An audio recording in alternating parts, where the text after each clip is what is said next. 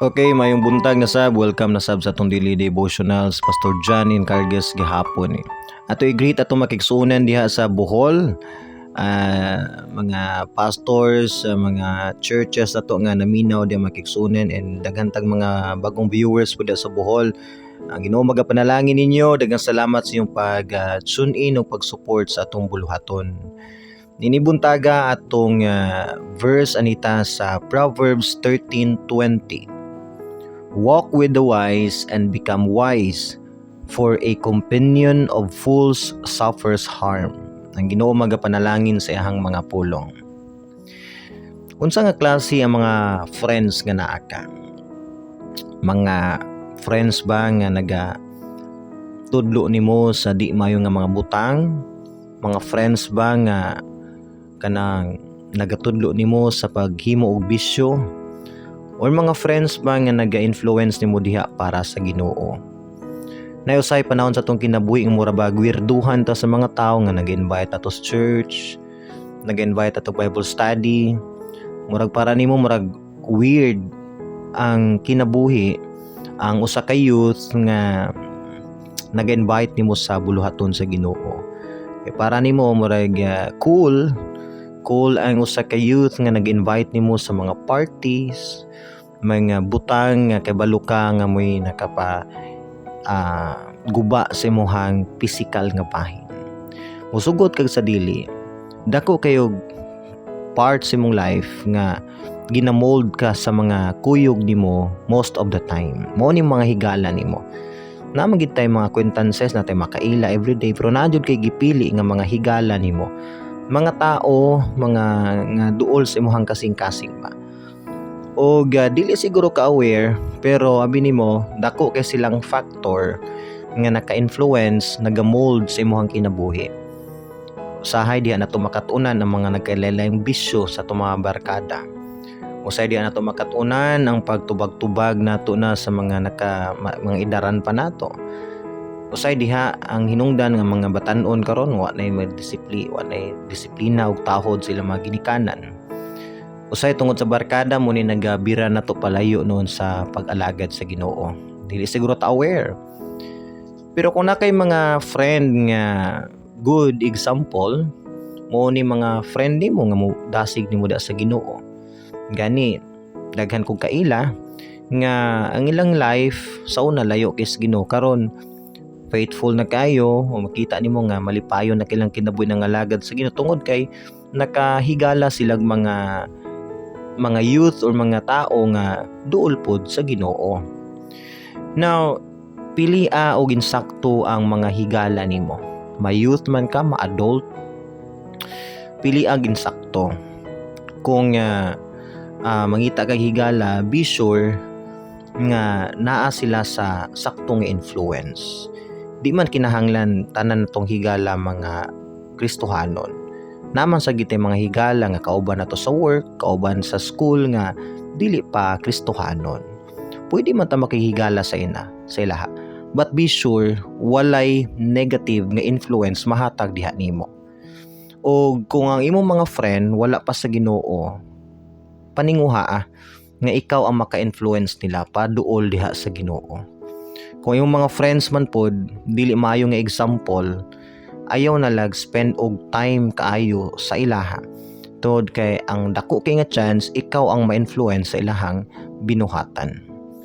Kung ang imong mga friends, mga Kristohanon duol sa Ginoo, pabilin diha. And then pangita mo mga tao o mga friend pa nga inyong ma-influence diha kuyog or paduol sa Ginoo. Gamita ang strength sa inyong friendship nga mo attract mo sa ubang mga tao. Madala mas daghan mong Kristohanon, mas dali nimo sila madala diha sa Ginoo. Abi nimo importante biya ang mga higala. Kay usay mahimo silang kasumbungan nato sa problema, mga advisor nato usahay nakanindot kung Kristohanon sila, makatabang og pray nimo, no. And nayupat ka klaseng tao. Kiniuna kining tao nga nagahatag nimo og value. Ganahan ka ning nga tao kay once magkuyog ma-feel nimo nga importante ka. Napay tao nga opposite. Tao nga naga-destroy sa imong image, naga-discourage nimo, nagaguba sa imong confident. Napoy tao nga naga-train nimo nga mahimo kang potential. Muni silang mga tao nga leader type, naga-mentor nimo, naga-guide nimo, naga-tudlo nimo saan mahimo kang effective nga leader, effective nga tao nga modalag mga organization o sikat tao pod. Gina-multiply nila imong potential. Napoy mga tao nga gina-divide nila imong potential. Muni mga tao nga nagadalag distraction sa imong kinabuhi. Tuo kag makatabang pero naguba no nimong kinabuhi tungod ani niya. So dapat vigilant ta sa pagpili og mga higala.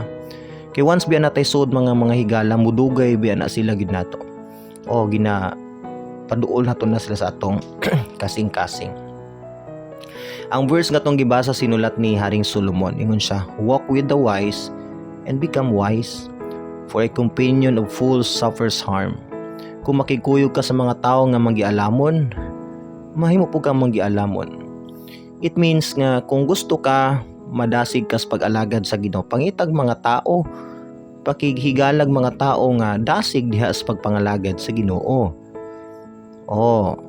Kung gusto ka ma-discourage, adto ka sa mga tao nga aktivista kay utok against sa Ginoo. Kung gusto nimo gubaon imong kinabuhi, adto sa mga tao nga guba pud ang kinabuhi. Adto sa mga tao nga mga negative. Pero ayaw tuguti na. Precious imong life, precious kini imong kalag. Ang pingin na kay gipakamatyan ng Kristo sa cross. So, isa sa mga tool nga mohatod nimo didto sa success o sa kabubuton sa Ginoo, ang imo mga friends. Ang Ginoo nag-provide man yung mga friends, imo na lang ning pangayoon o imo ning iampo. Ayaw po kadlo kung badlungon ka. Ingon ang Proverbs 27:5-6, "Better is open rebuke than love that is concealed. Faithful are the wounds of a friend, but deceitful are the kisses of an enemy." Ang tinuod biyang higala mo badlong nimo kay di niya gusto nga magka-worst ka ug magguba imong kinabuhi. Ang usa ka higala nga dili maayo katong nakakita sa imong dili maong binuhatan pero gina-appreciate gihapon ka o ginapasagdan gihapon ka. So pangitag higala nga kabalo mo badlong nimo, kabalo magpakabana sa imong kinabuhi pod. Ug ikaw pod iampo nga mahimo kang maayo pod nga higala ngadto kaniya. So i-check imong mga friends karon, bisan basin sila hinungdan nganong nalayo ka sa Ginoo. O kung sila may hinungdan na paduol ka sa Ginoo, pabilin niya na nga mga friends. Ang Ginoo magapanalangin nimo magampo ta. Salamat Lord sa reminder ni Buntaga nga dili na mo kinahanglan Lord mag-inusara sa pagpangalagad nimo Lord. Na kinahanglan mig mga higala, mga tao Ginoo nga mahimo nimong namong kaabag, kaduulan, kusog Lord sa pagpangalagad nimo. At the same time mahimong enjoy pod Lord og excited ang among pagpangalagad diha kanimo. Lord pasaylo amis mga sala. Kung naaman namo karon Ginoo ang naidili mao nga mga higala, tabangi mi Lord nga malayo mi nila sa simpleng pamaagi ug tagay mi Lord og mga higala nga kasaligan nga mo imong giihatag gyud para namo Lord og may instrumento nga mapaduol pa mi nimo Amahan. Kining tanan Lord akong ginasalig, among ginasalig sa pangalan ni Jesus. Amen ug amen.